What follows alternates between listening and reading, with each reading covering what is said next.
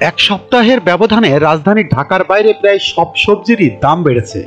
মুরগি, ডিম, মাছ, মাংসের বাজারেও বেশ অস্বস্তি। নানা অজুহাত দিচ্ছেন বিক্রেতারা। এমন অবস্থায় নিত্য প্রয়োজনীয় দ্রব্যমূল্যের ঊর্ধ্বগতিতে নাভিশ্বাস অবস্থা মধ্যবিত্ত ও সাধারণ খেটে খাওয়া মানুষের। গত আগস্টের শুরুতে সরকার বদলের পর নিত্য প্রয়োজনীয় পণ্য পরিবহন ও কাঁচা বাজারগুলোতে চাঁদাবাজি অনেকটা কমে আসে। এতে বাজারের নিত্যপণ্যের দাম অনেকটা সহনীয় পর্যায়ে চলে আসবে বলে ভেবেছিল ভোক্তারা, কিন্তু পণ্যের দাম না কমে উল্টো বেড়েছে। চাল, মাছ, মাংস, ডিম, সবজি সহ বিভিন্ন নিত্যপণ্যের দাম স্বল্প আয়ের মানুষের নাগালের মধ্যে থাকছে না। জুলাই থেকে অক্টোবরে বেশ কিছু নিত্যপণ্যের দাম 9 থেকে 50% পর্যন্ত বেড়েছে।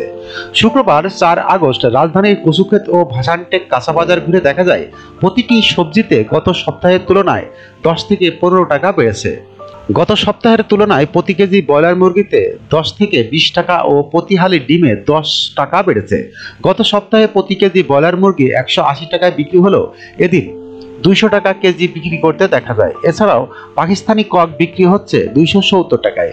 গত সপ্তাহে প্রতি ডর্জন ডিম 155 থেকে 160 টাকায় পাওয়া গেলেও এদিন তা 180 টাকায় বিক্রি করতে দেখা যায়।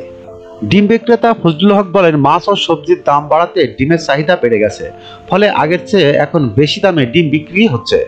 এদিন প্রতি কেজি করল্লা 80 টাকা, ঢেঁড়স 80 টাকা, টমেটো 200 টাকা, করল্লা 80 টাকা, সিম 300 টাকা, শসা মানভেদে 60 টাকা ও 80 টাকা, পেঁপে 50 টাকা, পটল 60 টাকা থেকে 70 টাকা, চিচিঙ্গা 80 টাকা, বরবটি 160 টাকা, গাজর 200 টাকা, ঝিঙ্গা 100 টাকা, লম্বা বেগুন 80 টাকা ও গোল বেগুন 160 টাকা দরে বিক্রি করতে দেখা যায়।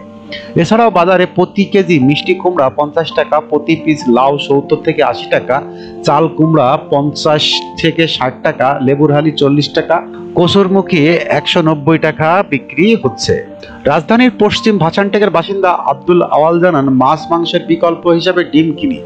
যেভাবে দাম বাড়ছে তাতে ডিম খাওয়া বাদ দিতে হবে। সব সবজির দাম নাগালের বাইরে। একসময় ডাল আলুর ভর্তা দিয়ে একবেলা খাওয়া গেলেও আলুর যে দাম তাতে আলু ভর্তা খাওয়াও ছেড়ে দিতে হচ্ছে।